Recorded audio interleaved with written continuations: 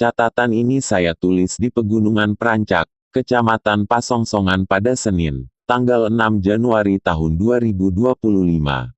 Kebetulan pada hari itu saya menghadiri rapat persiapan sidang MK. Saya tidak mengerti mengapa tim paslon final memilih tempat ini. Jarak yang jauh dari kota Sumeneb memberikan banyak pengalaman berkendara. Mulai dari jalan yang sempit, tikungan tajam dan tanjakan curam yang cukup menguji kesabaran saya dalam mengemudi. Baru setelah tiba di titik lokasi saya merasa bahwa tim final tidak hanya sekedar mengadakan pertemuan, melainkan menikmati bonus indahnya pegunungan. Salah satu tim pendukung membongkar perasaannya bahwa di tempat tersebut peserta rapat terasa menyatu dengan alam. Kembali pada soal gugatan ke MK, bagi saya gugatan sengketa pemilu di MK adalah sarana membongkar sisi kotor dari proses demokrasi. Dengan kata lain, MK dapat kita sebut dengan istilah, mesin kesucian. Artinya, bagi siapapun yang merasa dicurangi dengan cara-cara kotor maka noda itu hanya bisa dihilangkan dengan mesin kesucian yaitu MK. Kebenaran adalah senjata terkuat melawan kecurangan. Kalimat yang diungkapkan Plato itulah yang membuat saya berani menulis catatan ini.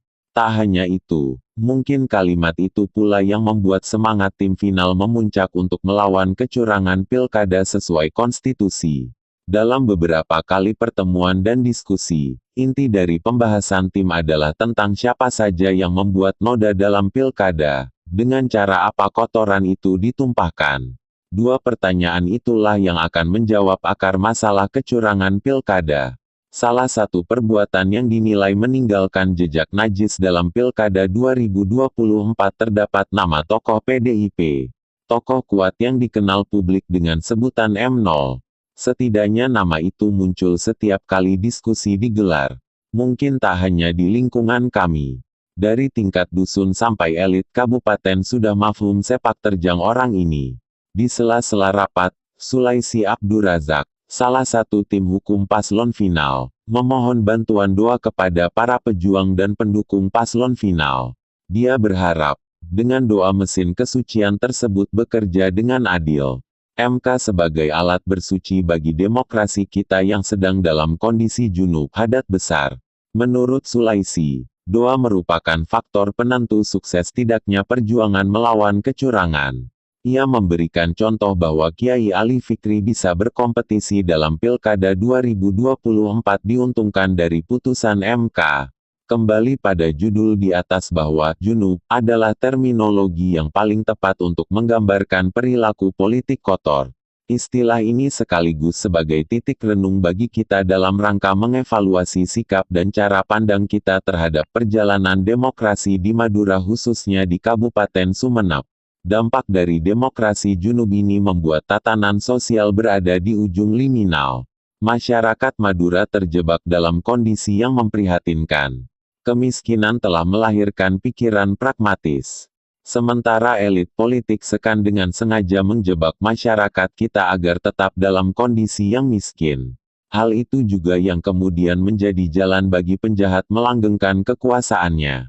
Anehnya lagi, penjahat yang memegang otoritas tetap dikagumi oleh pengikutnya.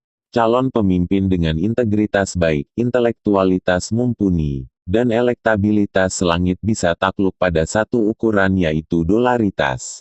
Seberapa banyak uang yang dimiliki? Masyarakat kita tidak peduli sumber keuangan mereka dari mana. Masyarakat juga tidak bertanya sumber daya alam kita dibawa kabur kemana. Madura yang dikelilingi lautan madu, penghasil ikan terbaik, sumber daya alam yang melimpah, sumber migas penyumbang terang cahaya negara hanya disadari oleh segelintir tokoh yang lebih berpengetahuan. Bagi saya, Madura adalah berlian yang menggantung di leher Ibu Pertiwi, dan kini berlian itu berada di tangan penyamun. Pulau ini masih tercatat sebagai juara dalam kemiskinan di Jawa Timur. Kekayaan alam dan lautan madu belum menjadi jalan keluar bagi masyarakat kita dari penjara kebodohan. Terakhir saya mengingatkan bagi siapapun elit politik. Jangan pernah berpikir bahwa kecurangan itu merupakan jalan pintas karena pada akhirnya kecurangan akan bertemu dengan jalan buntu sebagai balasan dari Allah pemilik otoritas keadilan.